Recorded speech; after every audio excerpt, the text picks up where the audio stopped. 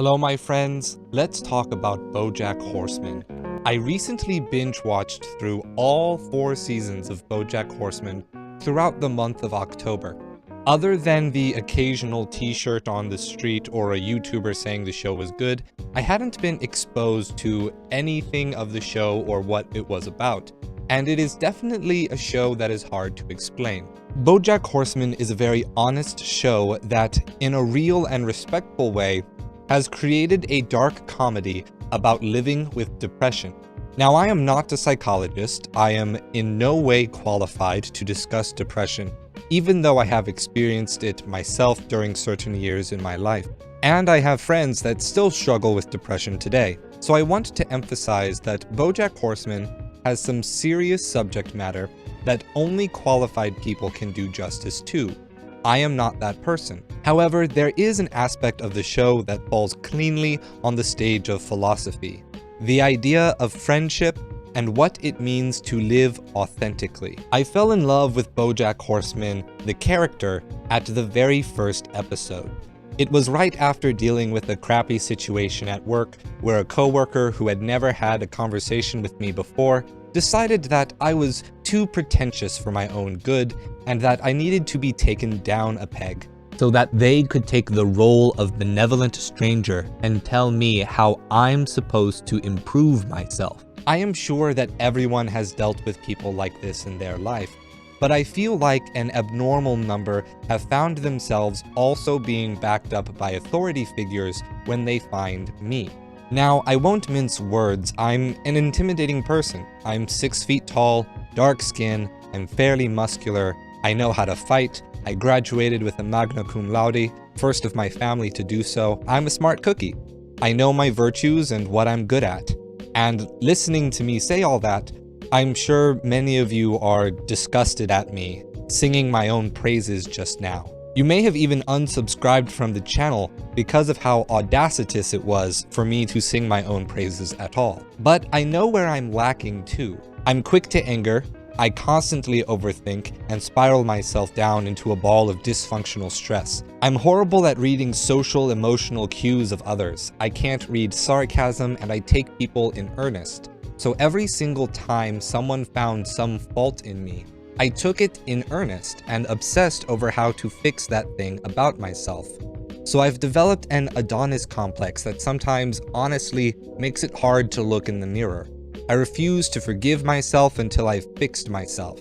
I have a self-destructive perfectionism that only worsens as the people close to me, who do genuinely want me to improve in the right way, misread the situations that I encounter and end up legitimizing strangers' claims on my deficiencies. So how about that rant? Now that I've exposed my greatest self-criticisms and self-hatred, what do you feel? Do you feel pity? Sympathy? Or are you glad to know that I'm human, that I suffer the same way that you do, that even though I'm on this side of the internet and you're on that side, we're still the same as each other? Well, for my week of self-loathing in October, a friend linked me to a very helpful playlist of self-help videos on YouTube. I watched that playlist, and then I watched the first episode of BoJack Horseman, and I saw the very first angry rant that BoJack soliloquies, and in it I saw myself. But BoJack was doing something I'd never seen before. He was exposing himself, confidently and forcefully, all of his weaknesses and deficiencies in a tone that didn't appear to try eliciting pity. It was honest, pure, and vulnerable, and I loved BoJack for it. I didn't like him as a person, but I loved him as a human. I felt friendship with him immediately. But is that really what friendship is? The ancient Greek philosophers were infinitely interested in the idea of true love and what kinds of love existed. The culture, too, was fairly obsessed, having something like 4 different words for love between specific kinds of lovers. In Plato's Symposium, a few different loves between friends became the dialogue's main topic. The first kind of friendship they discussed, after they let Aristophanes give a drunken rant about circle people, were friends of utility.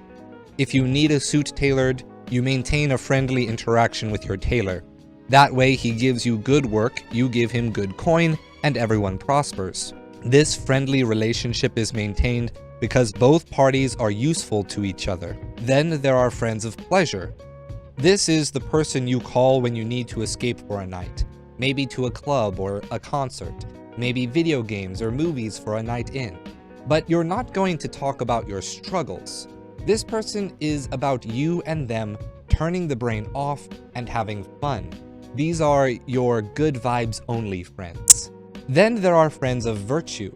As you can imagine, this is the kind of friendship that ancient Greek philosophers thought was the best. Truly virtuous people who can recognize true virtues in others and love each other not for their usefulness or pleasure, but for the very same things that make them virtuous.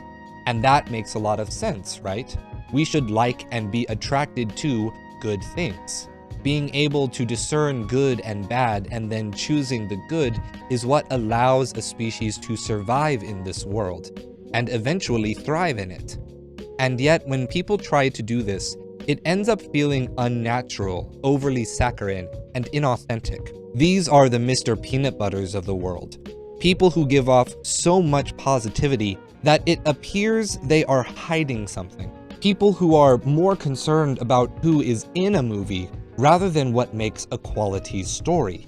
People who pantomime shock and disbelief when you haven't attached your own experience to that popular movie or actor or band that everyone knows. People who never talk about why something is beautiful, important, and good, but only arbitrarily measure life by popularity or profit. People who always try to talk about successes, about friendship, and yet it always comes off as just shy of feeling real. The friends of virtue just don't feel like friends.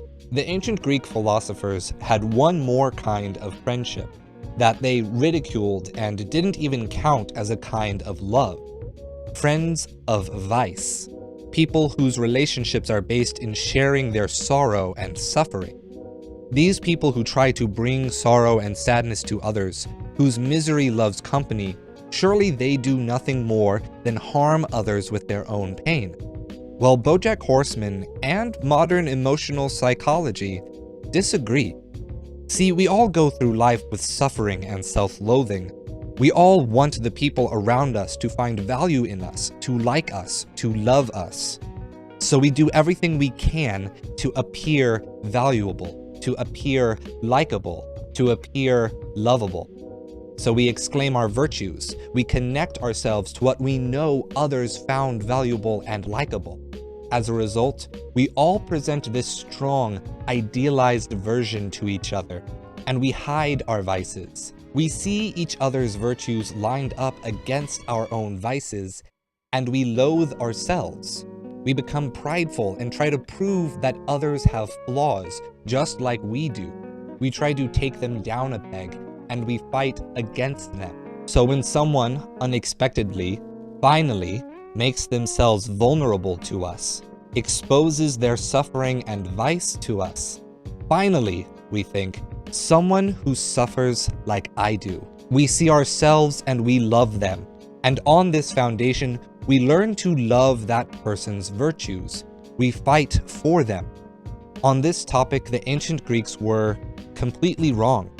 Friendship and love starts at vulnerability, at vice. We, like Bojack Horseman, would be well served by being honest and direct about what harms us, not to elicit pity, not as a weapon against others, but as a rope that binds us together and reminds our fellow humans that we are the same. That's why Bojack Horseman presents us with the authentic life. To be honest, direct, and confident in both our virtues and our vices. To be real, whole people, and not just the likable image. Thank you for watching, my friends. If you haven't seen Bojack Horseman, you should definitely check it out. And since I mentioned it, I have recreated the playlist that my friend made for me and put the link in the description. If you find that you struggle having authentic conversation with people like I do, I suggest spending a quick moment watching that playlist, then binge watching Bojack Horseman. It will help you appreciate what the show accomplishes. If you enjoyed this episode and weren't off-put by my emotionality, remember to subscribe for more and share the video with your friends. I don't pay anyone to promote the channel, so the only way we can grow is with your help. Thank you again, and as always, stay true.